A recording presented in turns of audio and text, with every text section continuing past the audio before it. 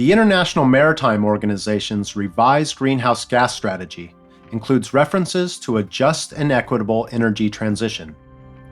Why did the inclusion of this phrase get so much attention? It's super important that the IMO has included just and equitable in the latest strategy.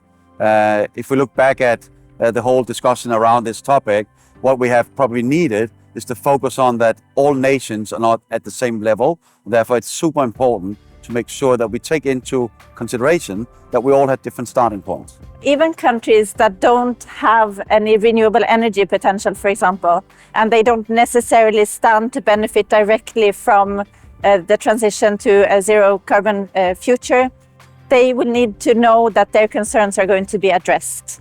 So that's why the mention of a just and equitable transition is important. Despite the significance of calling for a just and equitable transition, there is little agreement on what it actually means. Just and equitable transition, it means different things to different people. It's not a well understood or well-defined term. The fact that people tend to interpret it differently also makes it more difficult to make progress when it comes to how to address and reach a just and equitable transition. They haven't defined just and equitable. It's up to countries to interpret it. But I think we shouldn't focus so much on the language. The IMO has set a goal for all these countries and companies to face. So I think that through experimentation, they can come up with some positive solutions.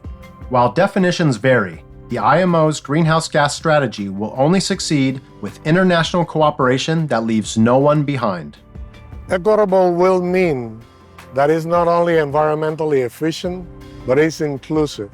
And we have to take into consideration not only the big players, but also the impact it will have on the smaller economies, smaller groups of people that were left behind by globalization. If you leave people behind or the solution doesn't address most people's needs, then it will fail at the end. A failure to deliver on a just and equitable energy transition would have wide-reaching consequences. Just and equitable transition isn't taken seriously in the IMO negotiations. There is a risk that there will be a failure to adopt the policy measures that we need to support the greenhouse gas strategy. If we as an industry do not deliver on this strategy about just and equitable transition, the consequences for the least developed countries and the small island countries could be enormous. So we do have to ensure that the just and equitable transition does take place in the right manner. The Global Maritime Forum supports a just and equitable transition by working with governments and industry from across the globe, promoting a better understanding of their concerns and exploring solutions.